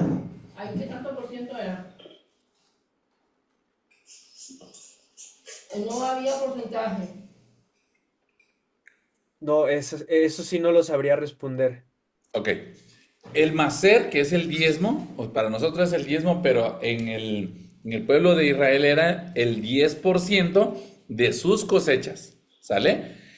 Es muy diferente un diezmo, un maser, a un corbán. ¿Sale? El corbán se presentaba para efectos de perdón de pecado, perdón de culpas, o por una promesa que hiciste, etcétera, etcétera. ¿Sale? Pero el diezmo era agrícola. Por un decir, yo vivía hasta en Turquía. Ahorita lo conocemos como Turquía. En aquel tiempo no me acuerdo cómo se llamaba, pero Me bendijo mucho el Eterno y de diezmo, del 10% de mis cosechas, fueron 100 toneladas. ¿Cómo lo voy a llevar el macer, el 10% del diezmo? Desde Turquía hasta Jerusalén era imposible, nunca ibas a llegar. Aparte que son varios días, más o menos es un mes hacia carreta. Imagínense llevar 100 toneladas de trigo que coseché, era mi 10%, 100 toneladas. Era imposible de cargarlo. Entonces, ¿qué decía en la sustitución? Era de que allá lo vendieras, esos 100 toneladas, y lo sacaras en plata, en shekels, en ciclos de plata, lo llevaras al templo. O sea, sí se puede hacer un intercambio, pero solamente en los corbán. Pero en las cosechas no había intercambio. Lo hacías el intercambio, pero allá donde vivías, para llevar tu macer, tu diezmo. Entonces, ¿qué le entregabas al Cohen? O al levita más bien al levita le entregabas plata. En vez de entregarle 100 toneladas de trigo, le entregabas plata. O sea, lo que fuera. La plata, pues sí lo podías transportar. En un caballo te vas galopando y llegas en una semana de Turquía a Jerusalén. En una semana llegas a caballo y pues puedes cargar la plata. Se puede hacer menos, pues, ¿verdad? Cuando también podían hacer un corbán o una ofrenda de un animalito. Entonces, si tú ibas a ofrecer un toro, no ibas a poder llevar un toro, pues ibas a tardarte mucho. Podías hacer eso, lo que decía Shlomo, ¿sí? Allá vendías el toro y con esa misma plata llegabas a Jerusalén, ahí a las afueras del templo. Allá había cambistas, así se le llama cambistas. Te decía, oye, ¿tú qué vas a presentar? No, es que yo quiero un toro, ando buscando un toro. Ah, yo tengo uno que ya está revisado por el sacerdote y está listo para ofrecerlo. Entonces ahí comprabas, o sea, agarrabas tu plata donde vendiste tu toro de allá donde vivías, llevabas tu plata y ahí comprabas un toro para poderlo ofrecer. O sea, sí aceptaba el Eterno el cambio. Esta aliyá es muy importante entenderlo, ¿sí? Porque se tomó el censo o el conteo de cuántos levitas varones habían a partir de un mes de nacido, ¿sí? Porque llegó a 22,000 y se contaron todos los primogénitos de las 12 tribus y se llegaron a 22,000 también, pero más 273. Entonces, ¿por qué esos 273 tenían que redimir a esos primogénitos que no estaban sirviendo al Eterno? Porque el Eterno, pidió desde un principio que todos los primogénitos deberían de servirle a Él en el templo. Por un decir, yo soy de la tribu de Judá, por un decir, ¿sí? Mi primogénito es Abraham. Entonces, pero el Eterno los cambia cuando fue lo del becerro de oro. Dice, ahora ya no quiero a los primogénitos, ahora quiero a los levitas.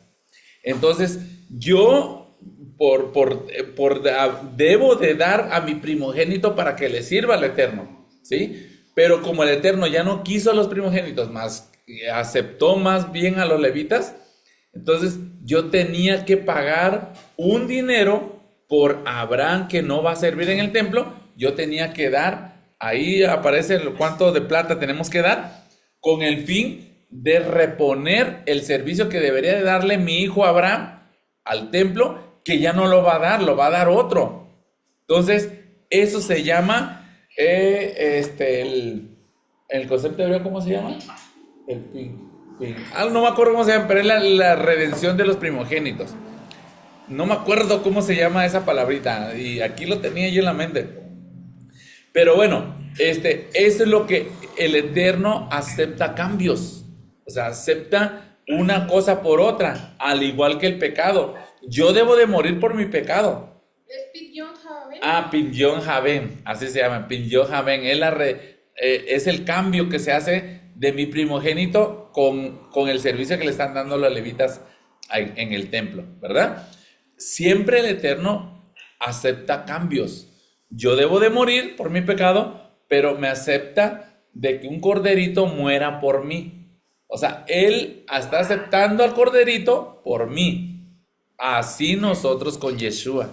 O sea, el Eterno cambió el concepto de ofrecer un cordero porque está dando el cordero, se está poniendo en su lugar del corderito a nuestro amado Yeshua HaMashiach. Entonces, aquí con el rescate de los primogénitos, 273 fue la diferencia. Es lo que explicó Shlomo. Estos 273, como 22,000 solamente se contaron de los levitas, y de primogénitos se contaron 22,273. Así es que esos 273 tienen que pagarle al servicio del templo toda la congregación.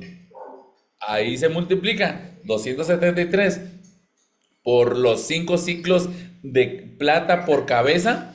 Entonces todo ese dinero, toda esa plata que se recabó, se le entregó al Cohen Agadol para sustituir el servicio de 273 primogénitos que no habían levitas. Si hubiera sido al revés, no haya habido ningún problema, porque más levitas estaban sirviéndole a Adonai que de los que hubiera de primogénitos. Pero en este caso no. 22,000 estaban al servicio del Eterno, pero entre todos los primogénitos habían 22,273. Así es que 273 tuvieron que aventarle la plata al Cohen Agadol, ¿verdad? Entonces, de eso se trata esta aliyá, del rescate de los primogénitos, y eso es bien importante también para nosotros. Nosotros podemos hacer cambios, ¿sí? Nosotros, como nos consideramos pueblo de Israel, nosotros tenemos que dar nuestros diezmos, nuestro 10% de nuestras ganancias. Los que tienen negocio, no es sobre los ingresos, sino es sobre las ganancias, ¿sí? Por un decir, yo vendo papitas y a la semana vendo 10,000 pesos, pero ¿cuánto invierto de papas para vender papitas? Y tengo que invertir papas. Invertí 5,000, entonces sobre 5,000 voy a hacer el maser, el 10% de lo que me corresponde dar al Eterno. Entonces serían 500 pesos que tendría que dar como diezmo, ¿sale? Siempre es sobre las ganancias. Entonces ahí es donde viene el cambio, lo que nos comentaba Shlomo, ¿sí? Que nosotros no vamos a ir a ofrecer papitas ahí a donde nos reunimos, ¿verdad? Vamos a ofrecer dinero. Aquí no comerciamos con plata, pero sí comerciamos con pesos mexicanos, al menos aquí en México, ¿sale? Bueno, perfecto.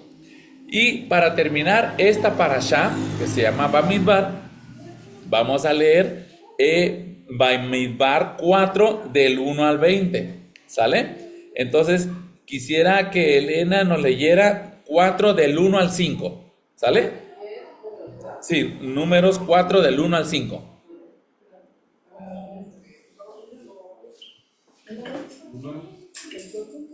4 del 1 al 5. Y para que se prepare, Abraham va a leer del 6 al 10. Sale, vamos a empezar con Marta. A Moisés y a Aarón diciendo: toma la cuenta de los hijos de Coat, de entre los hijos de Leví, por sus familias según las casas de sus padres, de edad de 30 años arriba hasta 50 años, todos los que entran en compañía para servir en el tabernáculo de reunión. El oficio de los hijos de Coat en el tabernáculo de reunión, en el lugar santísimo, será este: cuando haya de mudarse el campamento, vendrán Aarón y sus hijos y desarmarán el velo de la tienda y cubrirán con él el arca del testimonio. Hasta ahí, ok. Si se dan cuenta que hasta 50 años el Eterno permitía el servicio de un levita en el templo. ¿Se han preguntado por qué? ¿Alguien sabe por qué el Eterno solamente hasta 50 años, de 50 años, ya no podía servir en el templo? ¿Alguien sabe? Pues porque a esa edad a lo mejor ya te cuesta contar mejor, o subes de peso, ya no tienes tanta condición, los huesos se van haciendo más frágiles. Ok, muy bien. Sí, pierden fuerza, ¿verdad? Pierden vigor. Sí, mucho tiene que ver lo que acaba de decir Lomo. A ver, Marta, ¿ibas a opinar? Ok, ahorita, Mari. Pero todos somos, bueno, y todas son personas ya con mucha sabiduría. No tendrán ya, bueno, iniciarán a decaer las fuerzas, pero han tenido mucha experiencia de vida. Creo yo, ¿no? Sí, sí, también va por ahí, va por ahí. Muy bien, Mari. Sí, adelante. Era la nueva generación. Porque acuérdate que duraron 40 años en el desierto. Y esa generación venía con otras ideas diferentes a la generación que salió de Egipto. Ok. Eso.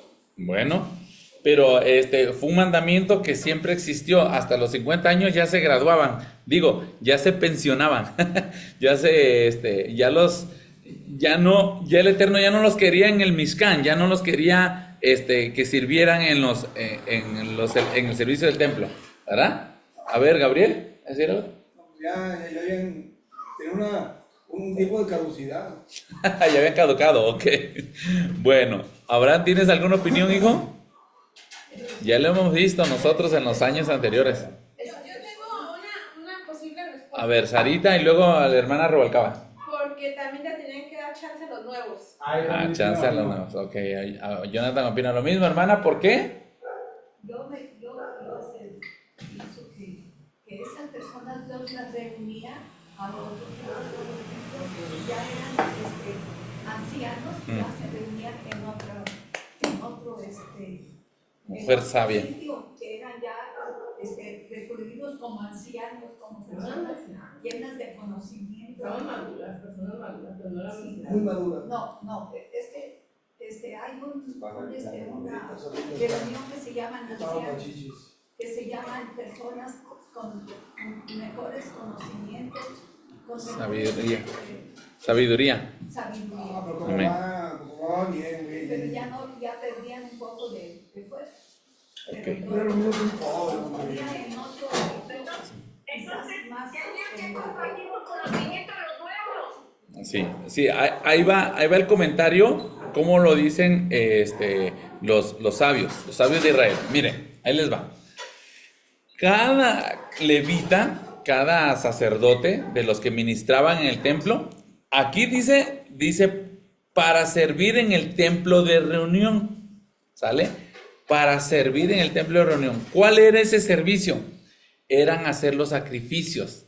Tenían que levantar los animales, degollarlos, lo ponían en la mesa, quitaban todas las vísceras, todo lo que el Eterno no quería que estuviera en un sacrificio, y lo mandaban fuera del campamento. Entonces tenían que tener mucha fuerza, mucho vigor, y no era un torito nada más que llevaban en el día, llevaban miles de toros. Imagínense si los 603,550 varones que estaban listos para ir a la guerra decidieran en ese día llevar su sacrificio para 22,000.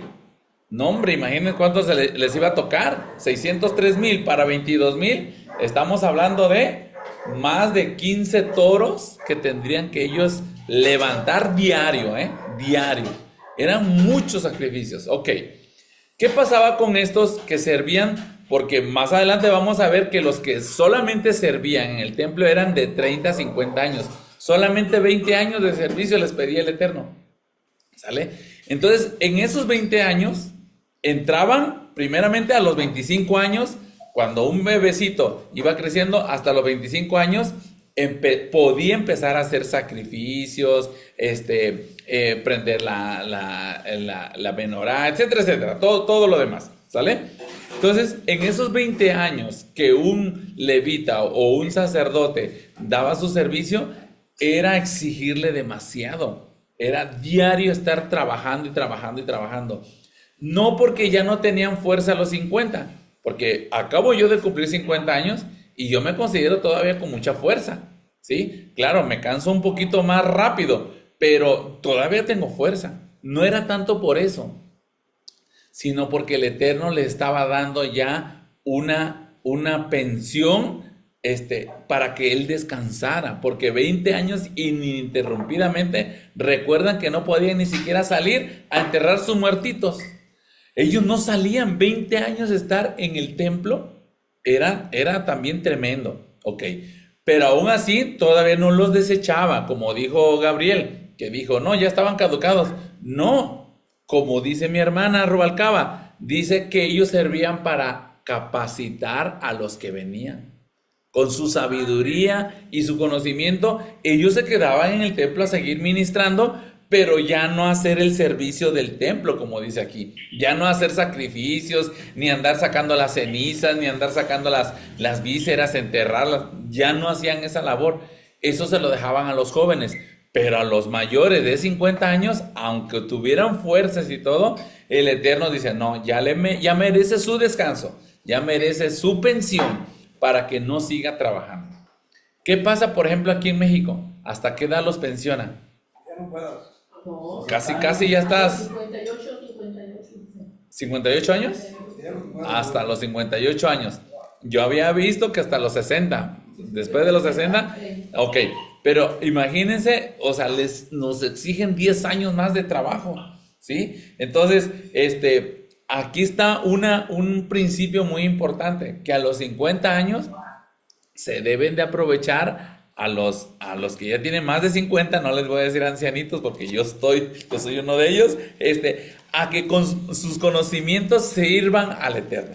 Ya no van a hacer sacrificios ellos, eso se lo va a dejar a los jóvenes, pero ellos van a capacitar a la nueva generación, ¿sale? Entonces es bien importante que decir que no los está despreciando el Eterno, más bien le está diciendo, ya no me lo vas a poner a hacer sacrificios, pero sí a capacitar a los demás. Ahora del 5 al 10, Abraham, por favor, dale lectura. Abraham a la 1. ¿O quién tiene? ¿Me puedes repetir qué es lo que tengo que leer, papá, por favor? Bamidbar 4 del 6 al 10.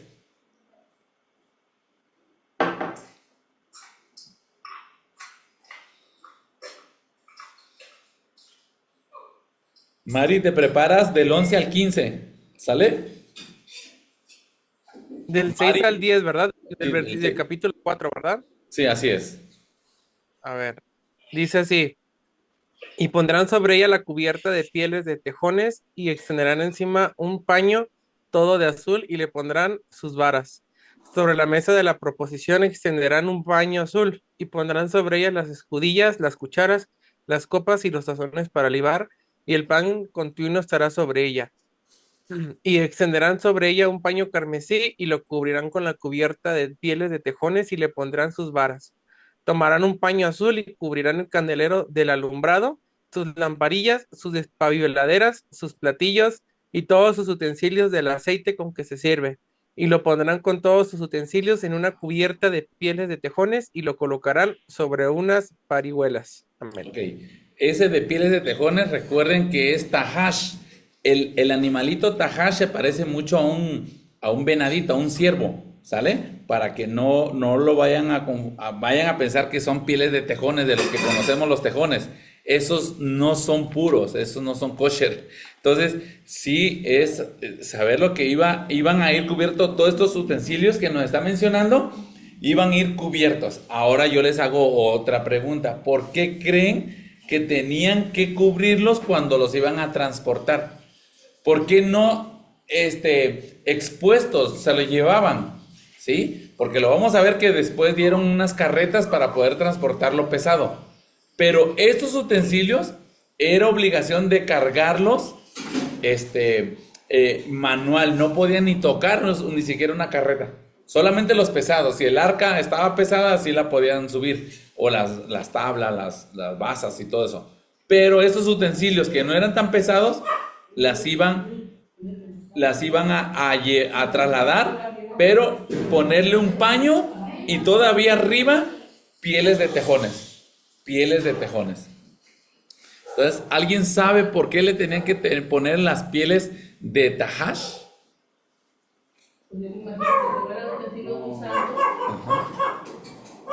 Ok.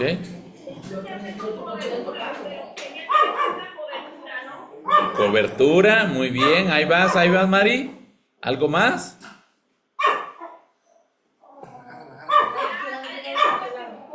Era espiritual porque el Señor siempre usa cobertura como cuando cubrió a Adán y Eva con una cobertura de pieles. Ujú. Algo tiene que ver. Ok, muy bien, perfecto, perfecto. Y bueno, si se dieron cuenta, o sea, a pesar de que Coat era el encargado de transportar estos utensilios, ellos no podían entrar para desarmar el santuario donde estaba el arca.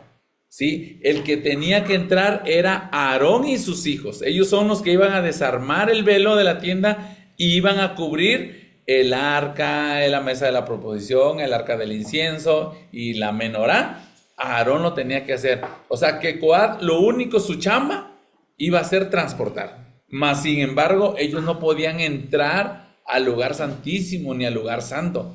Solamente entraban los hijos de Aarón. Entonces, ni siquiera los levitas podían atreverse a entrar al lugar santísimo, ¿sí? Al lugar Kadosh Kadoshim. ¿Por qué? Porque ahí era donde habitaba la presencia del Eterno, ¿sí? Que vuelvo a repetirles, en las siguientes parashot vamos a ver de que Cora, esa fue su envidia. De decir, oye, ¿por qué solamente ellos pueden entrar? Y yo soy el encargado de cargar la menorá, de cargar el arca de la alianza. Eso es lo que le dio envidia, le dio coraje, que porque solamente Aarón y sus hijos, que ni siquiera para irlos a desarmar o armar, podían entrar al lugar santísimo. Ah, solamente me tienen de su burro, ha de haber dicho Coré, ¿verdad? Solamente me sirvo para cargar nada más. Ah, pues por burro te tragó la tierra, Coré, ¿verdad? Entonces vemos, como dice Mari, esa es la respuesta. ¿Por qué el Eterno pedía de que cubrieran primeramente con un manto azul y luego todavía le pusieran pieles de tejones a estos 5 utensilios? Porque como eran tan sagrados, o sea, no podía verlo cualquier hijo de Israel. O sea, tenían que ir cubiertos, porque tampoco les podía dar el sol, ni la lluvia, ni el aire, no les podía dar nada porque eran tan kadosh, tan kadosh. Entonces, solamente Aarón y sus hijos podían entrar cuando les decía el Eterno, levántese Israel, vámonos a otro campamento. Entonces, entraba Aarón y sus hijos, desarmaban y se lo entregaban a la tribu de Coat para que ellos lo cargaran nada más. Y donde se establecieran nuevamente, lo dejaban ahí. ¿Y quién lo armaba? A Aarón y sus hijos nuevamente. Cuando ya estaba todo el santuario armado, ellos eran los que ingresaban los utensilios, ¿sale?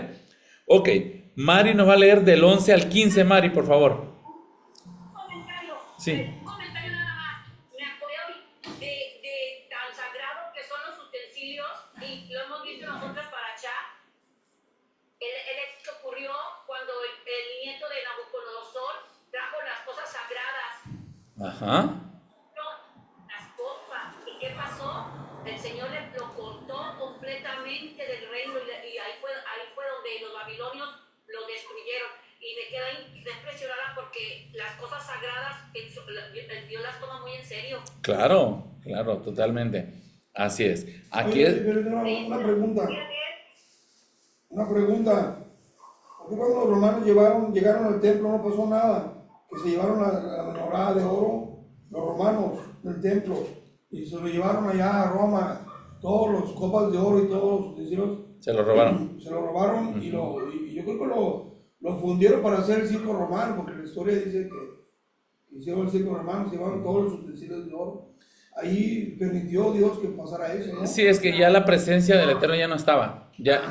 Él ya, ni el arca del pacto, si te das cuenta, no se robaron el arca del pacto, de la alianza. No, porque ya estaba, no se podía manifestar el Eterno en otro utensilio más que en el arca del pacto. Y como ya no estaba la presencia, ya todo lo demás lo tenía como cosas materiales. No, los romanos se llevaron cuando Tito invadió Roma. Fueron las 2 veces. Yo tengo otra respuesta. El Señor, cuando hace juicio, no hace juicio con la mentalidad humana que tenemos nosotros. Él va más allá. El hecho de lo que hicieron ellos, ¿a poco crees que no cobró vida? Claro. ¿Cómo la ha catalogado Dios como la gran ramera? Y que le va a hacer juicio ya. Dios no muchas veces contesta al momento como nosotros quisiéramos. Pero es en misericordia. Y solo presencia y solo juicio, Él lo hace, Gabriel. Lo hace. Que no lo veamos muchas veces, literalmente, bueno, es otra cosa, pero que espiritualmente le quitó el velo a todas esas naciones que hicieron eso con las cosas sagradas, porque el Señor no puede ser impávido con tanta maldad del ser humano, que hace justicia, sí la hace, a su modo sí la hace. Mari, El no conocerle con eso ya tu juicio. yo quiero aportar algo, Carlos. Sí, adelante, Marta. Es rápido, Mari, en sus comentarios.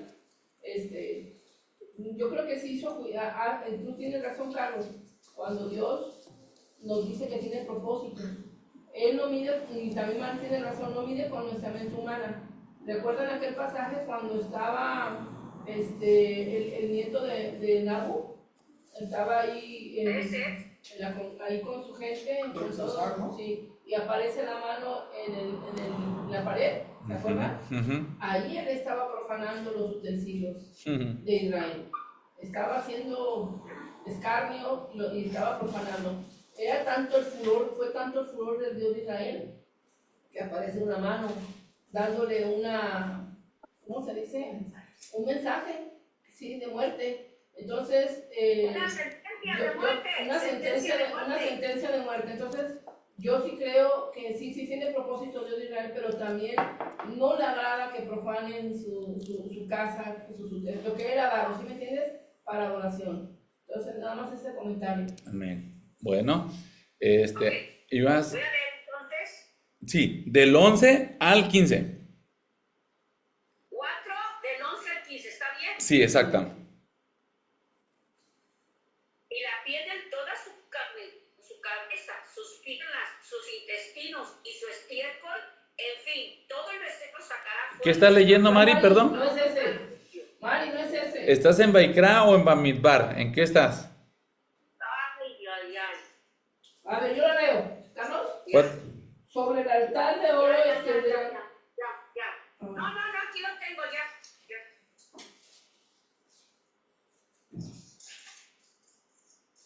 11. Y sobre el altar de oro extenderás su paño azul y lo cubrirás con la cubierta de pieles de tejones y le pondrás sus varas, pero que no son tejones, ya lo vimos. Tahash. Tomad todos el servicio de que hacen uso en el santuario y lo pondrán en un paño azul y lo cubrirán con una cubierta de pieles de tejones, pero no son tejones, y los colocarán sobre unas parihuelas.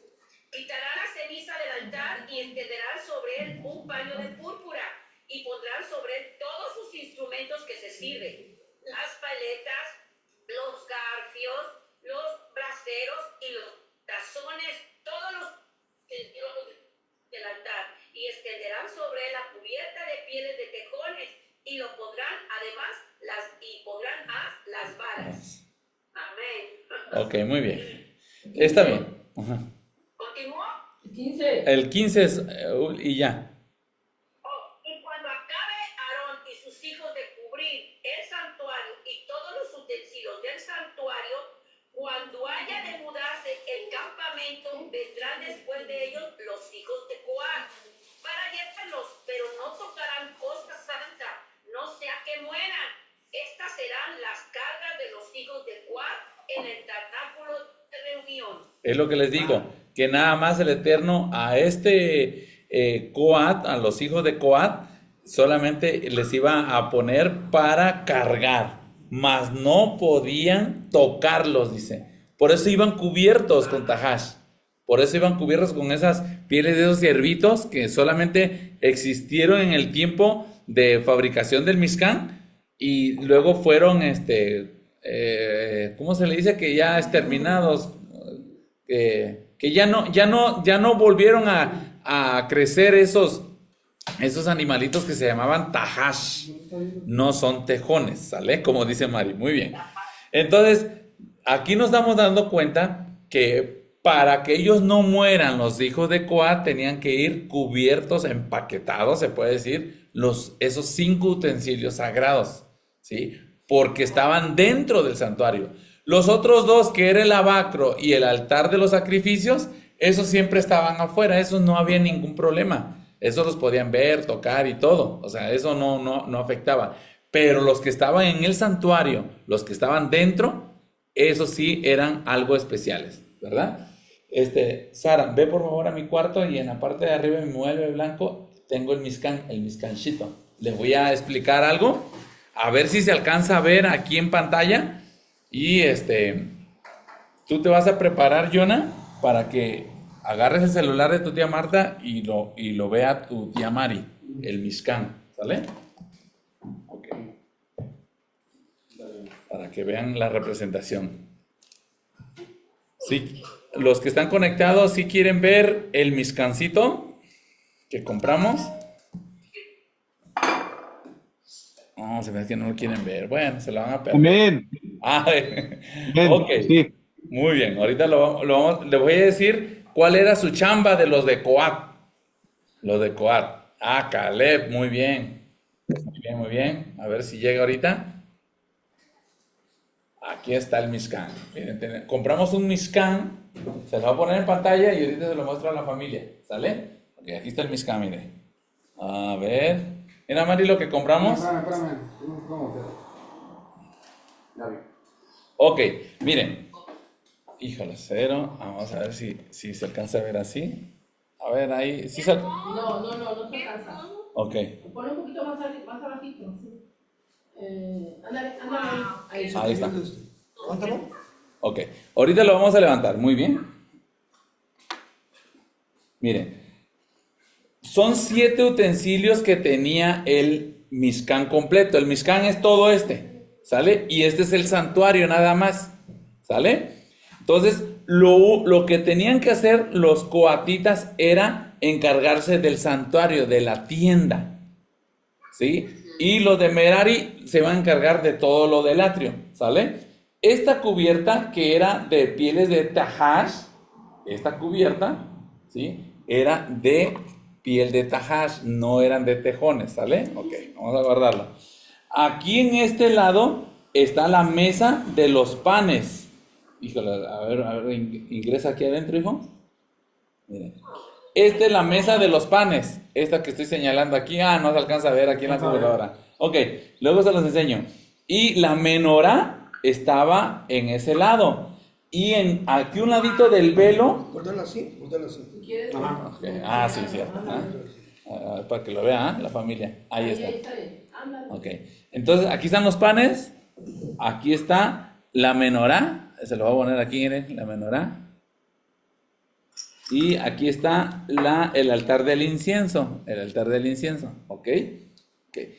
Estos 5 utensilios, junto con el arca del testimonio del pacto, está en 2 piezas. Dense cuenta. ¿Vale? Están en 2 piezas. Este es el arca y esta es la que pone la tapa. ¿Sí? Y aquí están los 2 querubines. Ok. Y aquí. Todavía aquí están sus tablas, miren. Aquí están sus tablas aquí adentro. Sus tablas, la vara de Aarón y el gomer de maná. Bien, muy bien. Entonces, aquí hay 2 utensilios. Esos se encargaban los coatitas. ¿Sí? Más estos 3 que están aquí, la mesa, el altar del incienso y la menorá, se encargaban ellos de lo más santo, de lo más sagrado. Ellos iban a cargar de lo más sagrado. Entonces, aún así, aquí está el Cohen Iren Hagadol, el sumo sacerdote. Ok, entonces este Mishkan nos gustó mucho cuando fuimos a ver un Mishkan que vinieron a poner aquí a Guadalajara. Y nos los vendieron este Mishkancito. Y toda esta parte se iba a encargar Coat, ¿sale? Esta piel de tejón y esta cortina de la entrada se iba a encargar Gershon. Y todo esto, todo lo de afuera se iba a encargar Merari, ¿sale? Okay. La piel de tejón se iba a encargar Gershon. Ahí lo dice la Torah, ¿sale? Entonces, todo esto, más bien, esto era lo sagrado, que nadie lo podía ver, los utensilios de ahí. Esto sí los podían ver todos, porque era el abacro nada más y el altar de los sacrificios. 7 utensilios.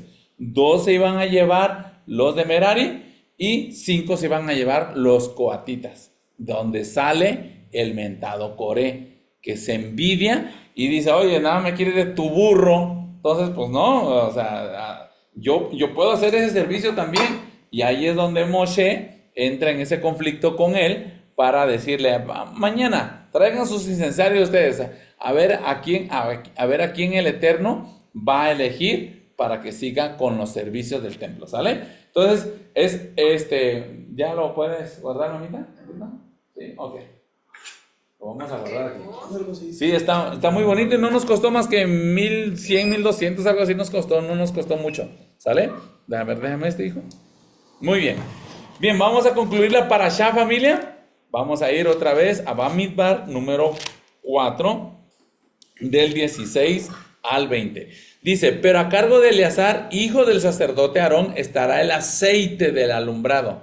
O sea, solamente lo que iba a llevar la menora, el aceite, el incienso aromático, la ofrenda continua y el aceite de la unción, el cargo de todos los tabernáculos y de todo lo que está en él, el del santuario y sus utensilios. O sea que Eleazar, el hijo de Aarón, se iba a encargar la materia prima para sustentar tanto el candelero, el incienso y lo de los panes, lo que se ofrece pues de panes, ¿sale?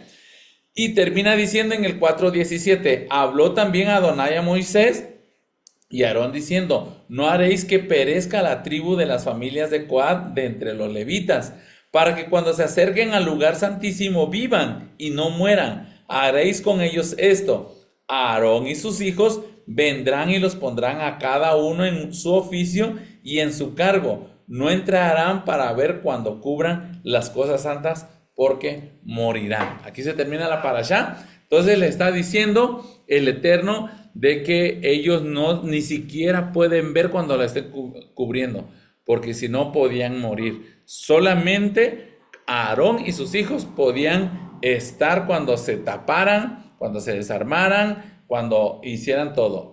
Lo único que iban a hacer, llevárselo a los coatitas para que transportaran. Y era todo.